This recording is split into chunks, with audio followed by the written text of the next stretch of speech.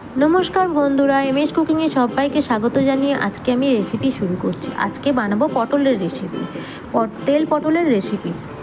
তো দেখে নেওয়া যাক রেসিপিটি। প্রথমে আমি কড়াই নিয়েছি, এখানে আমি সাদা তেলে রান্নাটি করব। আপনারা চাইলে সরিষার তেলে রান্নাটি করতে পারেন, সরিষার তেলে রান্নাটি করলে খুবই ভালো হবে। এখানে আমি সাদা তেলে করছি, তো আমি তেলটা একটু বেশি পরিমাণে নিয়েছি। আর পটলগুলোকে আমি এরকম খোসা ছাড়িয়ে অর্ধেক খোসা রেখে ছাড়িয়ে নিয়েছি।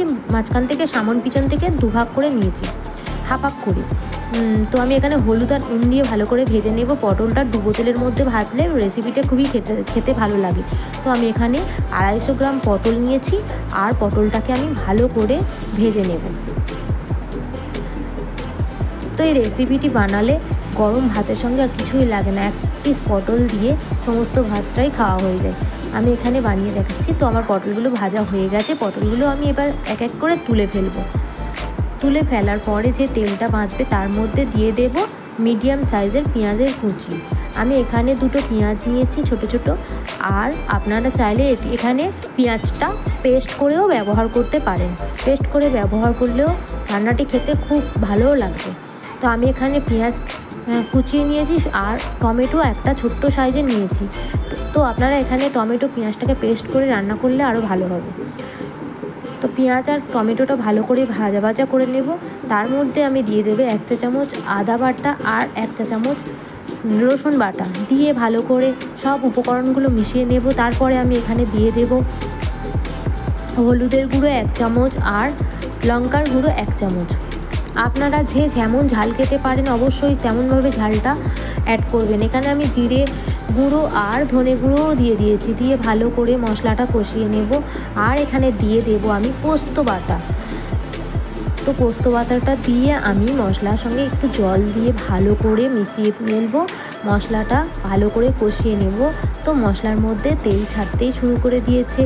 তো এখানে আমার ভালোভাবে কষানো হয়ে গেছে। এবার আমি এখানে পরিমাণ মতো জল অ্যাড করব, আর গরম জলই অ্যাড করব। এখানে আমি অল্প যতটুকু পরিমাণ জলের ততটুকু দিয়েছি। তারপরে ঝোলটা যখন ফুটতে শুরু করবে তার মধ্যে আমি ভেজে রাখা পটলগুলোকে আমি দিয়ে ফেলব। দিয়ে আমি মিডিয়াম ফ্লেমের মধ্যে রেখে কিছুক্ষণ ঢেকে রেখেছিলাম। তো এরকমভাবে ফুটছে।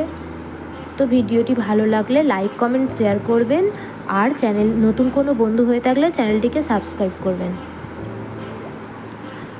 আর আপনাদের কমেন্টগুলো পড়তে বেশ ভালোই লাগে।